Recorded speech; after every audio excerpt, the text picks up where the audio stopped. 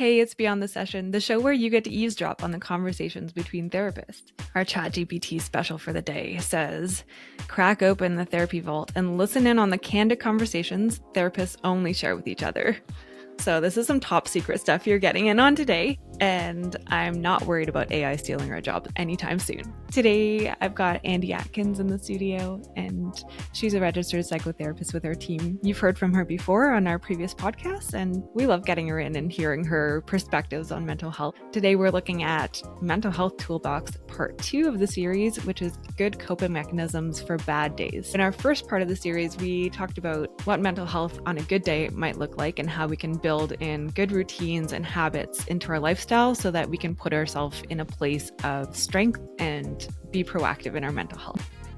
Today, we're looking at what happens when it feels like everything's falling apart, when we're having those really bad down and out days, and how can we give ourselves cues and reminders and strategies for dealing with that when we're just not feeling it. So this is a tough subject matter today, and it's something we see a lot with our clients.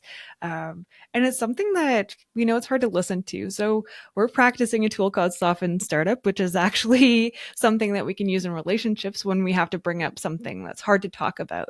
So where we're going to start today is actually framing our talk with self-compassion. And so the idea here is that no matter where we're at, what kind of day we're having, whether it's a great day or an awful day, it's just understanding that everyone has great days and everyone has awful days, right? So self-compassion is a topic that I think is gaining more awareness in the mainstream, which is great because I think it's something that we should all be using every single day. But it is pretty underused, I would say, in the general population. A lot of people even have trouble wrapping their minds around the idea of being kind to yourself. I will sometimes ask clients when they're having a tough day, what would you say to a friend who is in this situation right now? Oh, I like that. And it's funny, sometimes when they have no idea what to say to themselves, or, sometimes we beat ourselves up when we're already feeling low. Most of us have a pretty easy time figuring out how we would comfort a friend in a similar situation. We just haven't necessarily been taught to apply that sort of self-kindness to ourselves. Right. So that's a huge piece of self-compassion. And then, as Kathleen mentioned as well, remembering that we are not alone. We are one human among 8 billion, all of whom have experienced varying degrees of bad days. Right. And there's lots of reasons for bad days too, right? Like sometimes it's a chemical thing going on inside our body that we may or may not understand what's happening even. Sometimes it's external circumstances have popped up that are hard to deal with. Sometimes we just had a really bad sleep, right? Or, we ate something and it disagreed with our system and that kind of threw us off. So there's just like so many hormonal fluctuations. Oh my gosh. A huge one. Hey, right. There's so many reasons that we could have a bad day or even have, a bad hour in our day. And what we're hoping to do today is equip you and give some pointers or suggestions on things that might be helpful in your life when you're having those moments. These are things that, again, like we said in the last show, it's not to be prescriptive. It's not a one size fits all, but you might hear something and go, hey, that's something that could work for me, that it could apply in my life. And if that's the case, by all means, use it. We hope it helps. And we hope that as a result, those bad days can be shorter or less bad, maybe. I don't know. Feel more manageable. That's right. And you can kind of right the ship, feel more like yourself, perhaps sooner. Or even in the middle of having a bad day that you're making choices that you still feel proud of at the end of it, maybe. There's a lot of reasons to listen to this show today, but we're diving into the hard stuff. There's varying degrees of bad days, and what a bad day looks like might not be the same for every individual. Sometimes you might notice an exacerbation of symptoms or things that you've already experienced before, right? For some people, some of the time, a bad day is a really, really sad, low day. For other people, or sometimes in the same person, it could be your anxiety is very, very ramped up. You're unable to stop worrying, or you're having panic attacks, or, there's a whole range of symptoms and experiences that you can have when you're having a bad day. I think reflecting on the types of feelings that you're having and also looking at how it's impacting your functioning. Are you having trouble getting out of bed?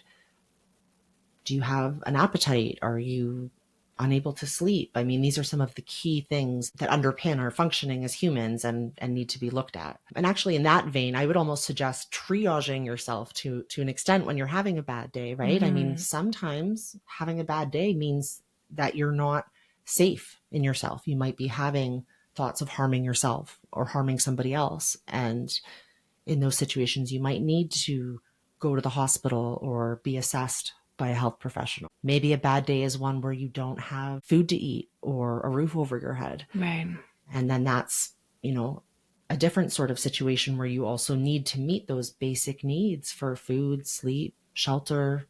Maybe your medication ran out, and the most urgent thing that you can do in that moment is get that medication refilled. Yeah. Assuming that those needs are met, right, our basic sort of shelter and safety needs and things like that, there might be, like Kathleen said, specific circumstances that are affecting us, or it might be something that we can't see, so combination, biological, hormonal, psychological. And that's where there might be some different coping techniques. And that's some of the things that we're going to talk about today, how we can apply those. And I would add, one of the ways of gauging what kind of day we're having sometimes is seeing how the people around us are reacting to us, right? If we're having angry outbursts, then we're going to get feedback from the people in our life, whoever they may be. So sometimes that's one way of measuring, like, hey, my anger's off the charts today. So like, what am I going to do? Do I need to reel it back, or how can I cope with whatever is triggering that anger inside of me right now? Like we said, there's varying degrees. There's an entire spectrum of good day to bad day and how that might look for someone. I mean, Andi, you were sharing cases where, physical safety is in question and where people might need to reach out to get medical assistance or medical help. But it could also be, you're having an okay day and then you get sidelined in a meeting at work and suddenly your stress is off the charts and you don't know how you're going to, drive home safely or something like that. I want to push that pain point a little bit more on when we're having those like really bad days that you were talking about, Andi, where we might need medical attention. And are there systems we can set up for ourselves so that when we're having one of those really bad days that we're getting the care we need? Well, with some of my clients who have ongoing suicidal ideation or just, have a history of maybe reckless or impulsive behavior when they are having those bad days, we will often create what is called a safety plan. And this includes some information about when they will use the plans. So sort of some of those triggers, some of those times that they've noticed they are more likely to sort of spiral into the darkness, so to speak. A safety plan will also usually include a list of people that you can contact, your support network, which is such a huge piece on those bad days. If you have somebody that you can reach out to, somebody you can talk to, that can make a huge difference. The safety plan would also include a list of things you can do to make you feel calm and comforted, or to distract you, or to just help you get through it. And the idea of having the whole list there is that when we're in a bad mental space, that often affects our cognition as well, right? It's hard to maybe remember the things that we like to do when we're feeling down. It might be hard to make decisions about what is a worthy use of our energy when maybe we don't have a lot of energy or motivation right now. So creating a safety plan, or even if you're not creating a safety plan, but you're wanting to create sort of a mental health toolbox for yourself for those bad days, it's a good idea to sort of keep a running list of those things that you like to do or that have been helpful in the past.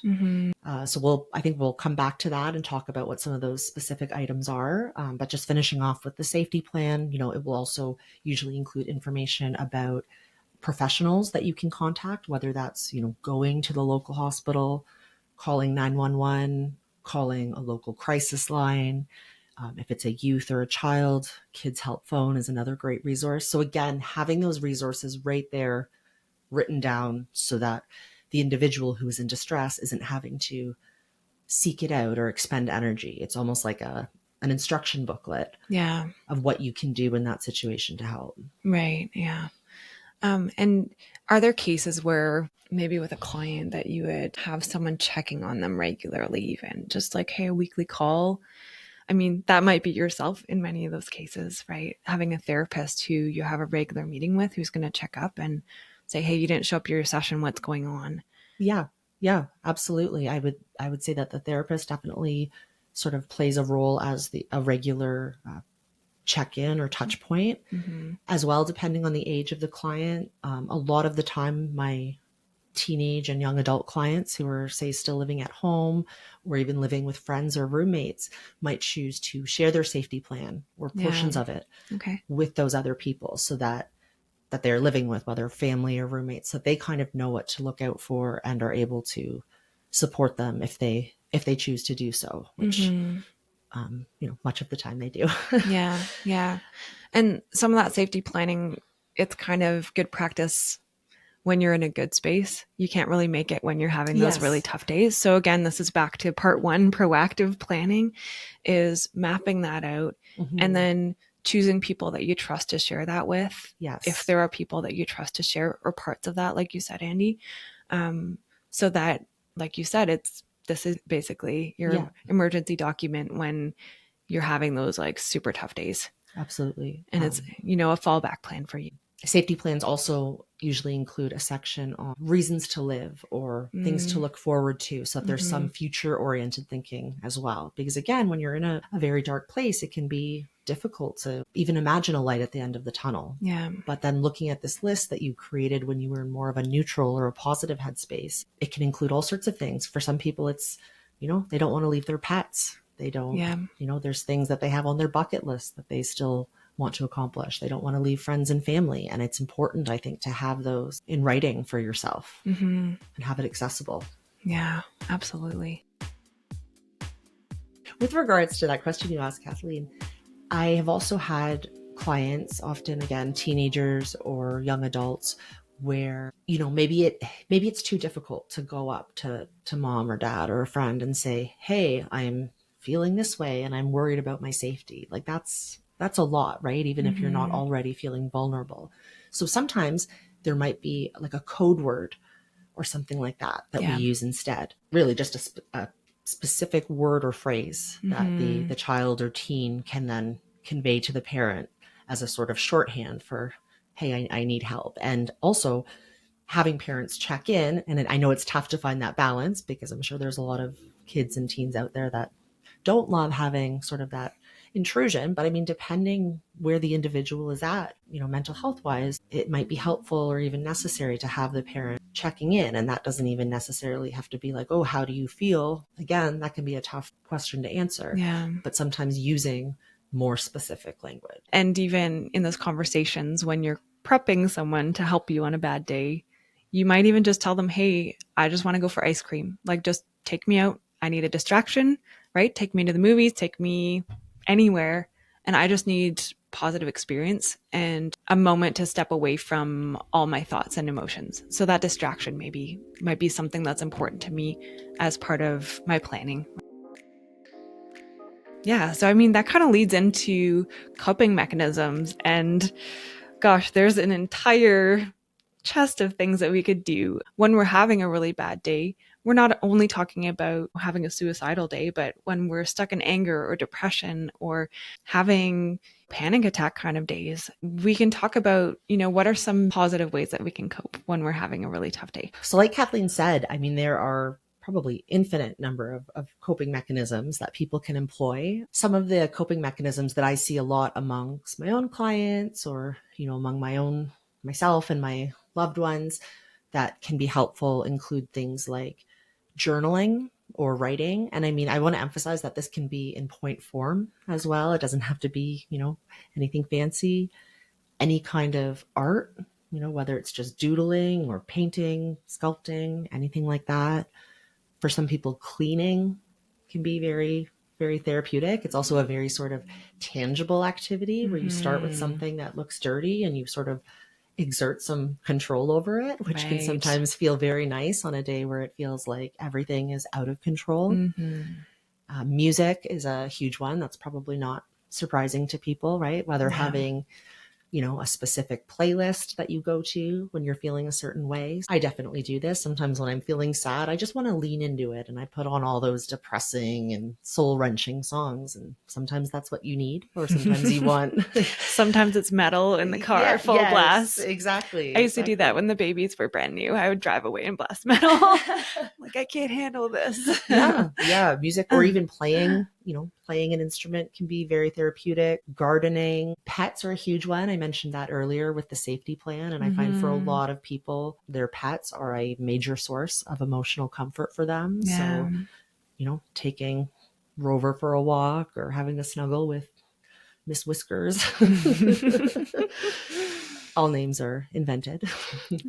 Sometimes napping, honestly, can be a good one. If you're sleep deprived, if you've been struggling with sleep, it might actually be the healthiest thing you can do for yourself. Yeah. And sometimes we just need the day to pass. We just need a new, fresh start. And it's totally okay to just have a nap. Yeah. This is one that I actually am borrowing from a book that my kids just got at the book fair. And it's a story about a little girl who's just lost her grandmother. So she's dealing with grief. And something that she has prepared with her grandmother was all these little beaded animals that her grandmother helped her. She taught her how to do beading and sewing. So she made this little treasure chest of things that remind her of her grandmother. So then she ends up moving to a new house and she's feeling that sense of loss deeply. And then she goes and opens up that little treasure box. And when she's holding those items, it's like a tangible memory too, right? I really love that idea of just having something physical. If you're going through grief, maybe it's having, a small collection of items that remind you of someone you lost, whether it was a death kind of loss or whether it was people that moved away or you moved away from, just a little tangible reminder of them so that when you're really getting stuck in those thoughts, you can look at that, give it space, remember them, have that little fond memory. And hopefully that will be, uplifting in that moment or soothing in some way, right? It's a way of coping. Yeah, I love that idea as well. We used to do that a lot with grieving children, where I used to volunteer. And even that idea of creating a treasure box can be applied beyond grief as well. You can sort of make yourself a toolbox. Yeah. Right. For those rough days, right? Maybe there's a special kind of tea that you want to sort of save for those days that are a little tougher, or you have fancy drawing markers or something that you want to keep in there. Or maybe you just have a list of the activities that from, again, more positive or easier days that are things that you would like to do. Yeah, I used to have one. This is dating me a little bit, but I had a CD that I burned and I called it Daisies for When You Have a Cold. And it was like songs that I liked so much that I didn't want to listen to and get sick of them. So I put my very top favorite songs on that CD.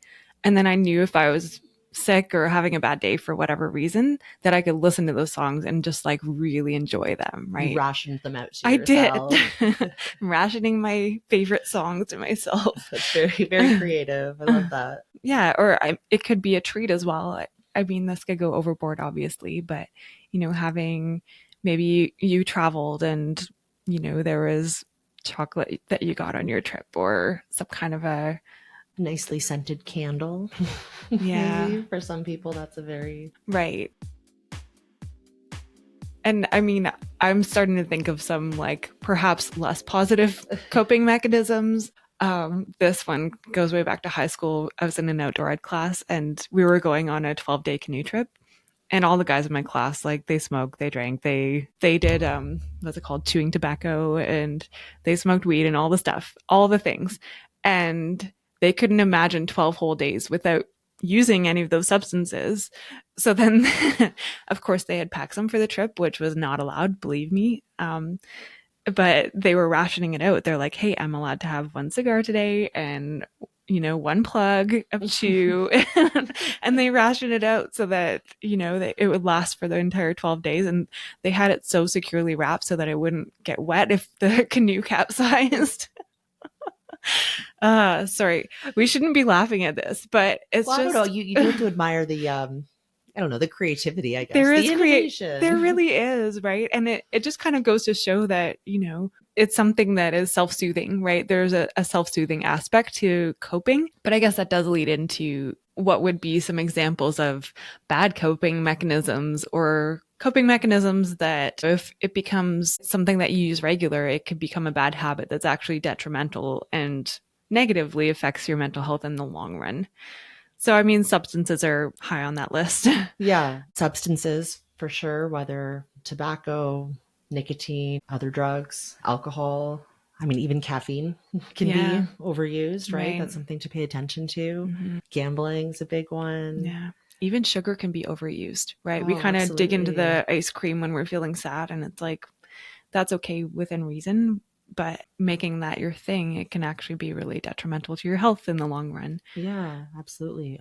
Shopping, I mean, the activity of shopping can, of course, be a soothing activity in and of itself, and it can be a positive coping mechanism. But if you're somebody who is prone to impulsive purchases, or you don't really have, the budget to be spending money right now, Mm-hmm. shopping might fall more into that category of negative coping mechanisms. Yeah. You touched on binge eating as well, right? Which often happens with sugar, can happen with other food as well. I mean, food is very comforting, right? But it's, I think, something that we need to try to be judicious with. Yeah. Or binge watching, right? We Oh, that's can a huge one. stay up late binge watching a show when we're feeling down, and then we stay up way too late. And then we're exhausted the next day, and our faculties are hindered by that. We're no longer able to make rational, good choices. Yeah, for sure. Or with social media, or what do they call it? Doom scrolling. Oh, yeah. Right? You can get sucked in. And I mean, a lot of the time you're not going to see anything that is going to help or improve your mental state, right? I think that there definitely is a place for, internet and social media and entertainment when it comes to coping mechanisms. But again, this might be something that's better to look at proactively, such as when you are feeling like you're in a good space, maybe compiling a list of links, like a playlist of videos that you would like to watch, or if there's certain episodes of a show that you find, just bring a smile to your face, that might be something you put on there, so that, again, when you're having that bad day, you're not just sort of falling into the algorithm of whatever your phone is showing you. You're able to sort of make conscious choices that are like, oh, the cute cat video, or oh, this funny episode, or whatever that looks like. Well, and the idea of limiting it, right? And it's kind of where I sometimes miss VHS and DVDs, because it's like, I watch it, then it's over. It's a pretty clear delineation. Yeah, it's like, it's over. I got to get up and go to the bathroom and, take a drink and take care of myself again and kind of change gears. And we've touched a little bit on this idea that, you can plan a little bit for your bad days when you are not having a bad day. Yeah. And I think that extends to, some of the coping mechanisms as well. I mean, I'm sure a lot of people have heard of the idea of meditation or mindfulness as a very helpful coping mechanism, at least in theory, for those bad days. It's not for everybody, and that's totally fine. But what I would recommend is to, if that is a direction that you want to go down, make sure that you're also practicing those skills when you're in a good space, so that you have the ability to access that skill when you're in a bad space, right? Yeah. It's not the best time to be learning something, especially something that can be frustrating when you're feeling down. Yeah. And even a simple way of accessing mindfulness on a bad day might just be going for a walk, right? It's stepping away from our situation, breathing some fresh air, looking at nature, trying to have an awareness of our surroundings, just making that conscious effort. And it's something that is pretty basic to our human experience, is just For sure. taking a walk.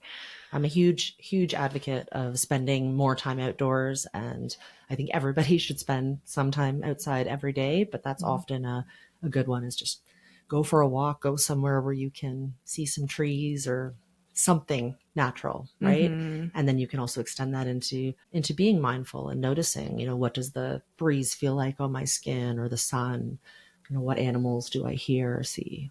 Yeah. Yeah. It's amazing how that can pull us back into reality and out of our headspace, whatever that's looking like. A lot of the time we think of coping mechanisms as a way to relax or decompress or sort of empty ourselves. And for sure, there are a lot of times where a bad day can mean maybe I just need to take a step back, just worry about the basic food, sleep, basic stuff like that, and not stress about other things.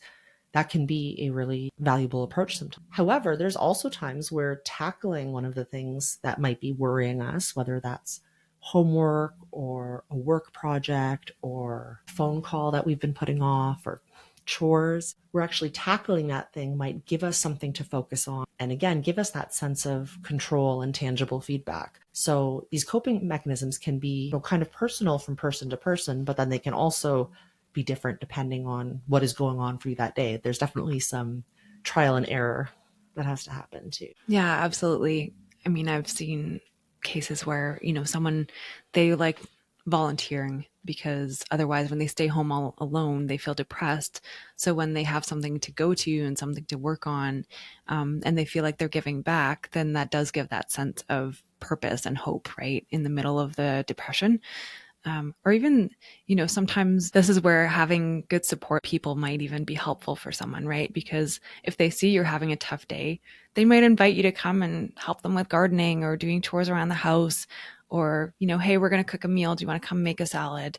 And again, sometimes that busyness is actually beneficial when we're having that tough day.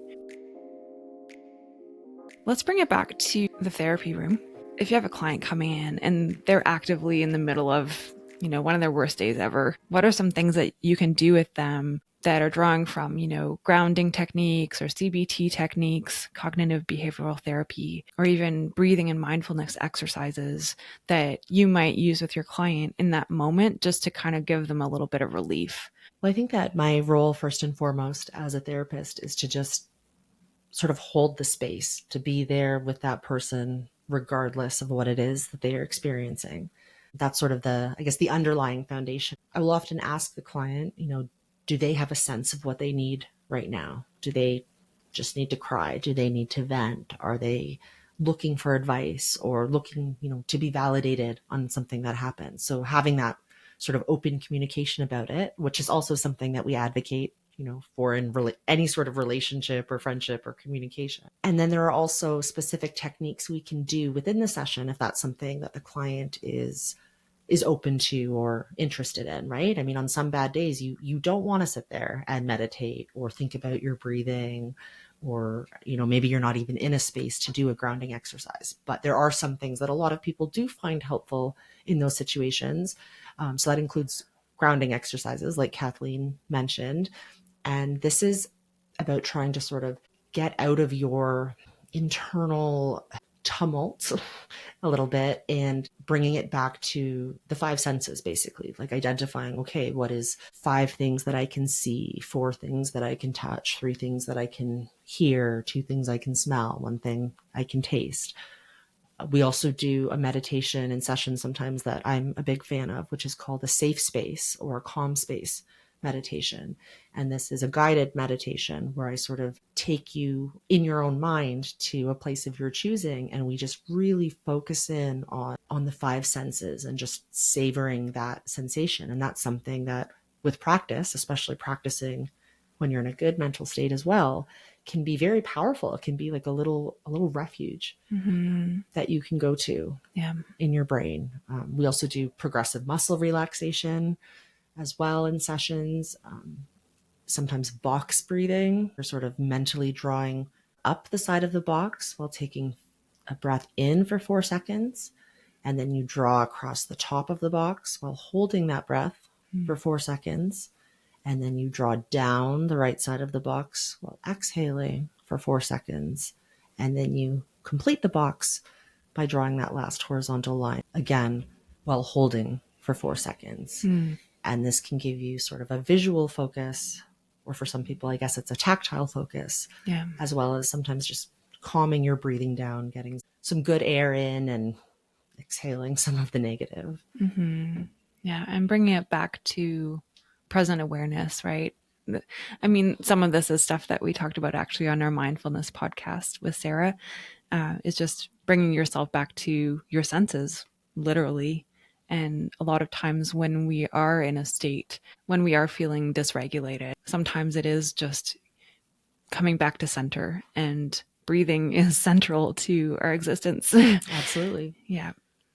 Andi, thanks for your insights today on the tough stuff, good coping mechanisms for bad days. And it's hard to think about and work through some of the stuff. And a lot of times when we're having a good day, we don't want to think about our bad days. But like you said, we can set ourselves up for success by planning a little bit, expecting that we're going to have bad days in our life, whatever that might look like, and setting ourselves up for better days when those bad days happen. Setting ourselves up for safety, setting ourselves up for healthy ways of soothing or coping, just in general, giving ourselves a sense that no matter what kind of day I'm having, that I can be kind to myself. Absolutely. And that brings it back to the self-compassion piece as well. This is Beyond the Session, show brought to you by Reset Counseling and Psychotherapy in Barrie.